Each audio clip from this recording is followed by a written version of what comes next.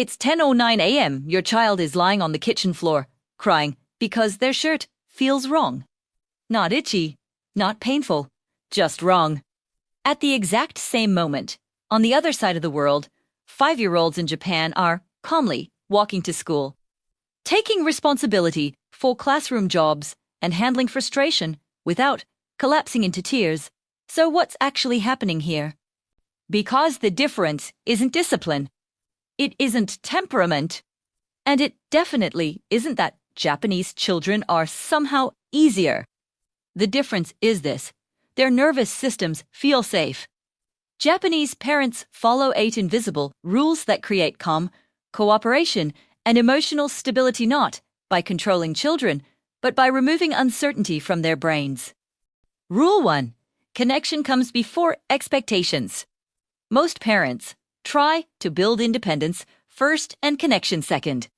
Japanese parenting flips that order completely, because security creates independence, not the other way around. When a child feels emotionally anchored, their brain stops asking, "Am I safe?" And once that question disappears, cooperation becomes possible. In Japan, there's a concept called skinship physical closeness in early childhood. Babies are carried constantly. Toddlers stay physically close. Young children often sleep near parents. This isn't seen as creating dependence. It's seen as wiring regulation into the nervous system. Here's why that matters. Strong early attachment strengthens the vagus nerve, the body's main calming pathway. When that system is well developed, children can handle frustration, transitions, and independence without panic. So before asking your child to try something hard, handle disappointment, separate calmly, or regulate emotions, fill their attachment tank first. 15 minutes. Phone away. Eye level. Let them lead the play. When the brain registers safety, it says, "Okay, I can handle. What's next?" That's not permissive parenting. That's neurological preparation. Rule 2. Respect is modeled, not demanded. In a Japanese classroom, a child spills water during lunch. No yelling. No public shaming. The teacher quietly hands them a cloth and says, "Let's take care of this together." The child apologizes to classmates. The teacher bows slightly in return. Respect moves in every direction. In many households, respect is demanded, while adults interrupt, snap, rush, and dismiss. We ask children to regulate emotions. We don't model ourselves. But children don't learn respect from lectures. They learn it from thousands of small moments. So make respect visible. Say things like, "I'm listening." Finish your thought. "I made a mistake. I'm sorry." "Thank you for waiting." Wenchberd. Teruchur nit no from fear, but fract is authority lost. It's authority stabilized. Rule 3. Clarity beats punishment. Before entering a store, a Japanese parent kneels down and says, "We're buying milk and rice. We use quiet voices. We walk. No threats. No bribes." Just straight clarity. Your child's brain performs best when expectations are predictable. So instead of endless corrections, create 3 non-negotiable house rules. Write them down. Make them visible. Keep them simple. Before transitions, do a 10-second rehearsal. "We're going to the library. What are our rules?" That's not nagging. That's priming the prefrontal cortex for success. Punishment corrects after failure. Clarity prevents failure in the first place. Rule 4. Values are reinforced by a village. In Japan, children are raised communally. If a child misbehaves, any trusted adult may gently intervene. The result? Bundari don't icheyon of a village. It just is not aligned yet. Talk to teachers, grandparents, coaches, close family, friends agree on 3 shared values you'll all reinforce. For example, we use kind words, we clean up our messes, we include others when messages stay consistent. Children stop testing.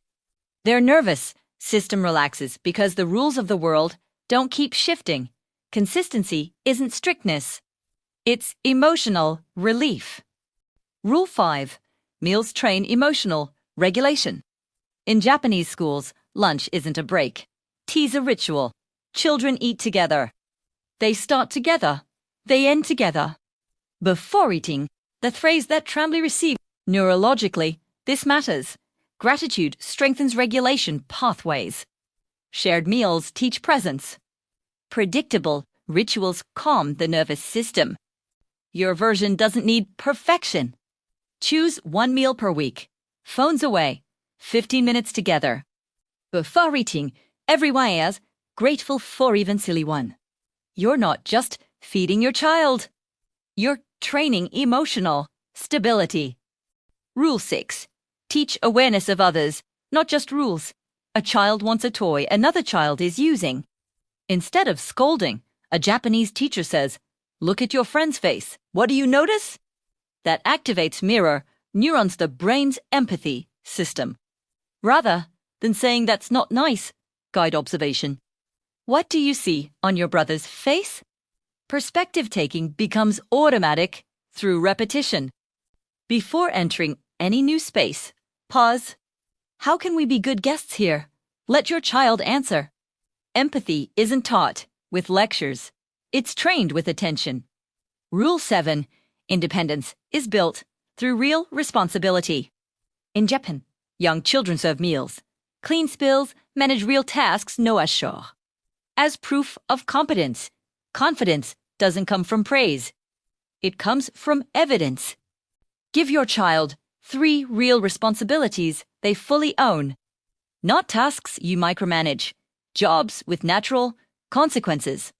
If they forget, life teaches not you. That's not punishment. That's capability training. Nothing builds self-esteem like knowing I can handle real things. Rule 8. Correct in private, repair in public. When a child makes a mistake, Japanese teachers protect dignity first. Correction happens quietly. Repair happens openly. Because shame shuts down learning. Brain imaging shows shame activates the same neural pathways as physical pain. When that happens, the amygdala takes over and growth stops, so pull your child aside. Lower your voice. Get on their level. I see you're upset. Let's talk. Validate emotion. Correct behavior. Then guide repair. Dignity intact. Accountability maintained. That's how learning sticks. What happens when you use these systems? 3 weeks from now, not months but weeks. You'll notice something shift. Mornings feel smoother. Transitions take less energy. You're guiding instead of managing chaos. Tourmentés were explosions, not because they changed, but because the environment did. Systems don't change children. They reveal who they already are. So right now open your Notes app.